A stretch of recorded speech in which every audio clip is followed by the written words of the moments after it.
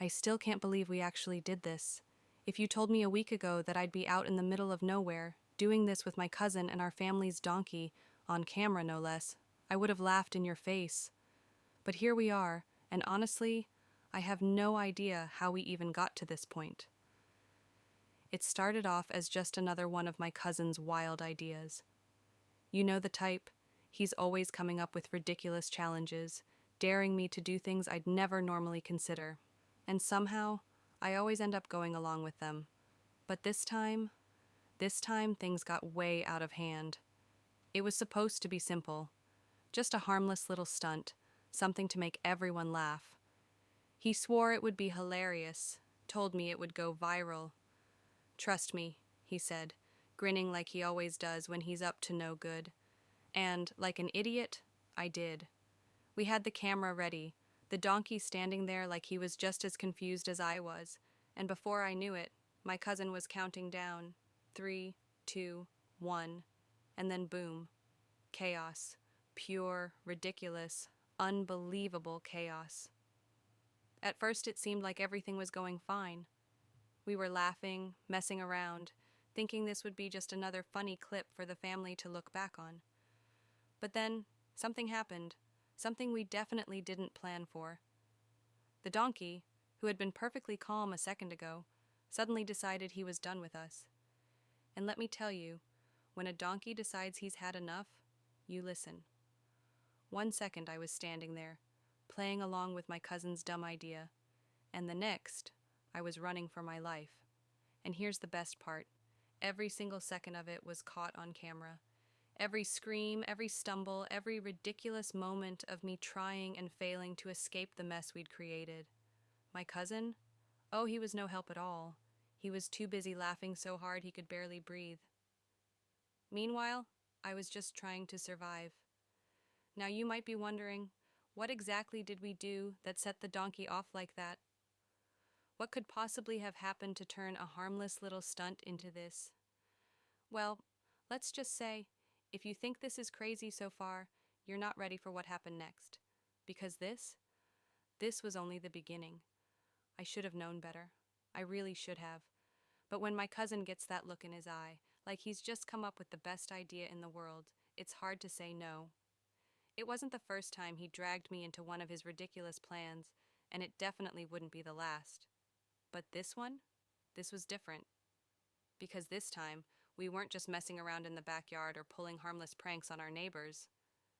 This time, we had a full-grown donkey involved, and as it turns out, donkeys do not have a sense of humor. It all started earlier that day when we were hanging out at my uncle's farm.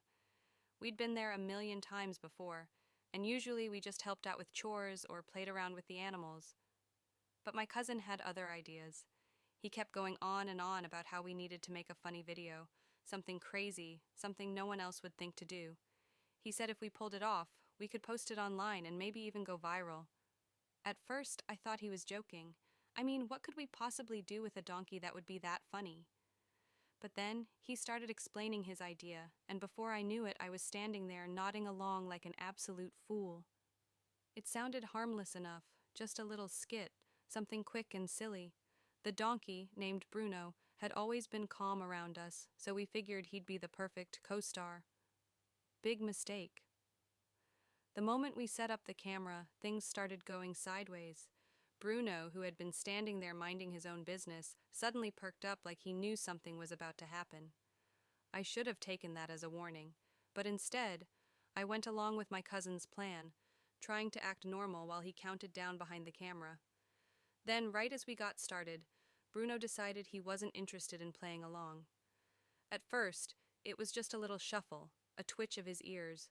No big deal, right? But then, out of nowhere, he bolted. And not just a little hop or a quick step, he took off. And guess who was standing way too close when it happened? Yep. Mr. 1 second, I was standing there doing my part for the video, and the next, I was dodging for my life. My cousin? He was no help at all. I could hear him cracking up behind the camera, gasping for breath between fits of laughter. Meanwhile, I was too busy trying to figure out if I was about to get knocked over, trampled, or worse. And just when I thought things couldn't possibly get any crazier, Well, let's just say Bruno had one more surprise for us.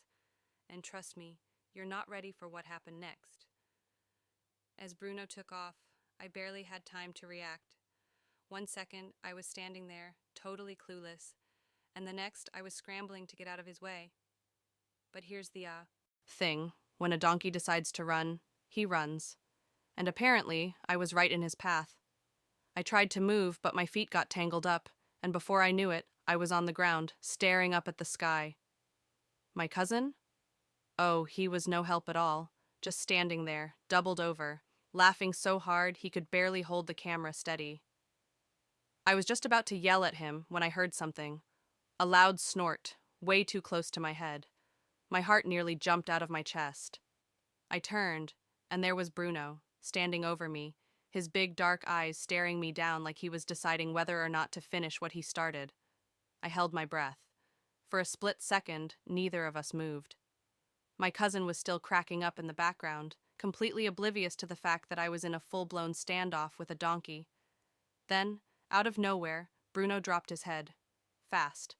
I barely rolled out of the way in time. My cousin finally realized what was happening and started yelling, "Dude, get up! Get up!" as if I wasn't already trying. I scrambled to my feet, my heart pounding, but Bruno wasn't done. He turned, kicking up dust, and I knew I had about 2 seconds to decide, run or face whatever was coming next. And let me tell you, what happened next? It was way worse than I expected. Bruno wasn't just running anymore, he was chasing me. And I don't know if you've ever had a donkey come after you, but let me tell you, it's terrifying. My cousin finally stopped laughing long enough to realize that things were getting out of hand. "Dude, move! He's coming!" he shouted, but I was already sprinting, my legs moving on pure instinct. The only problem? I had no idea where to go. I dodged left, then right, hoping Bruno would lose interest. But nope. He was locked in. His hooves pounded the ground behind me, kicking up dust, and every time I risked a glance back, he was still there, ears pinned, eyes locked on me like I owed him money. My cousin, instead of helping, was now running alongside me, still filming. "This is gold," he wheezed between laughs. "Keep going, man. You're gonna break the internet." Easy for him to say. He wasn't the one being chased down by an angry donkey. My only thought was escape, but the farm was wide open, no fences, nowhere to hide. Then I spotted the only thing that might save me, the old haystack near the barn. Without thinking, I made a sharp turn and dove behind it, rolling into the dry, scratchy pile, hoping Bruno would just give up. But then, everything went dead silent. No hooves, no snorting, nothing.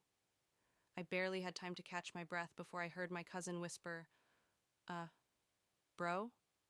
I turned my head, peeking out just in time to see Bruno standing completely still, watching me.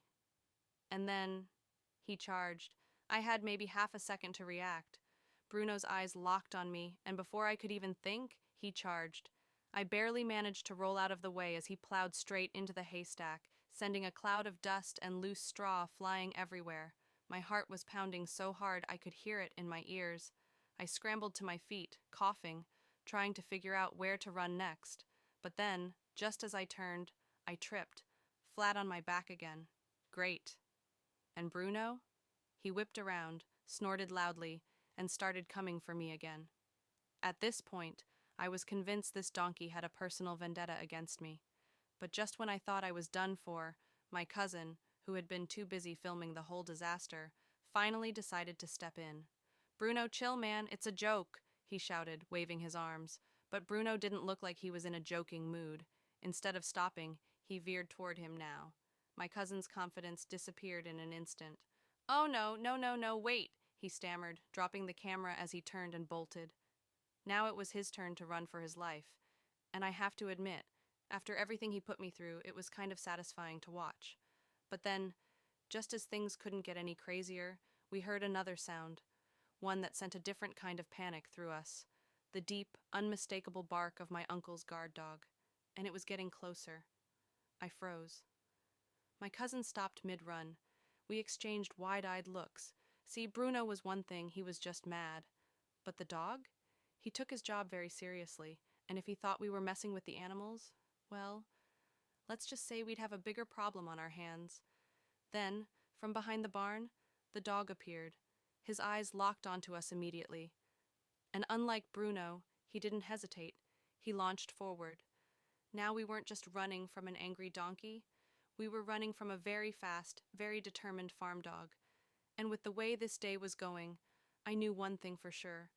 This wasn't going to end well. I didn't think it was possible, but somehow my cousin and I found another gear. We were sprinting, dodging between hay bales, weaving around old farm equipment, desperate to put as much distance as possible between us and the two very angry animals now chasing us. I could hear Bruno's hooves pounding behind us, hear the dog's sharp barks getting louder. My cousin was slightly ahead of me, gasping, "Dude, why does this always happen to us?" But I had no breath left to answer. Then I saw it, the only place that might save us. The old wooden fence that separated the farm from the dirt road. It wasn't high, but high enough that Bruno wouldn't be able to jump over it. The dog? That was another story, but we didn't have a choice. "The fence!" I shouted. My cousin glanced back, saw what I meant, and we both changed direction, running full speed toward it. I didn't stop to think. I just jumped, throwing myself over the top, landing hard on the other side with a thud. My cousin wasn't far behind, scrambling up and over just as Bruno skidded to a stop on the other side, huffing and stomping like he couldn't believe we'd actually gotten away. The dog, though, oh, he wasn't giving up that easily. He launched himself forward, ready to clear the fence. And then, out of nowhere, we heard a sharp whistle. My uncle's whistle. Everything froze. The dog stopped mid-jump, landing back on the ground like someone had hit pause on a movie. Bruno, still fuming, flicked his ears but didn't move. And then there was my uncle, standing with his arms crossed, staring straight at us. "Boys," he said, his voice slow and steady, which somehow made it even worse. "Mind explaining why my donkey just tried to take down my haystack, and why my dog's acting like he just caught 2 burglars?" My cousin and I exchanged guilty looks, panting, covered in dust and hay. My cousin opened his mouth, probably to make up some ridiculous excuse, but before he could speak, his phone, still recording, slipped out of his pocket and hit the ground. Right at my uncle's feet. He looked down at it, looked back up at us, and then he pressed play. For a few painful seconds, there was nothing but silence. My uncle squinted at the phone screen, watching everything: Bruno's charge, my cousin's uncontrollable laughter, me tripping, the dog joining in on the chase. The whole ridiculous disaster played out right there in front of him, in crisp, undeniable detail. My cousin and I just stood there, frozen, waiting for the inevitable. Then, to our complete shock, my uncle laughed. Not a little chuckle, he actually bent over, hands on his knees, laughing so hard he had to wipe his eyes. My cousin and I exchanged wide-eyed glances, still too out of breath to process what was happening. "Well," my uncle finally said, shaking his head, "I always knew you two were trouble, but this is a new level." He picked up the phone, giving us a look that was half amusement, half exasperation. "So, what exactly was the plan here?" My cousin, of course, jumped right into his usual fast-talking mode. "Uncle, listen, it was all for a video, just a harmless little challenge, you know? Something funny, something people would love, and, well, things got a tiny bit out of control." "A tiny bit?" My uncle raised an eyebrow, glancing at Bruno, who was still stomping and glaring at us from the other side of the fence. The dog sat next to him, panting, tail wagging like he'd just played the greatest game of his life. I sighed, finally catching my breath. "Okay, fine. It was dumb. We got carried away." My uncle smirked. No argument there. He handed my cousin his phone. "Just make sure when you post this, you put a warning. Do not try this at home." My cousin's face lit up. "Wait, so you're letting us post it?" My uncle shook his head but couldn't hide his smile.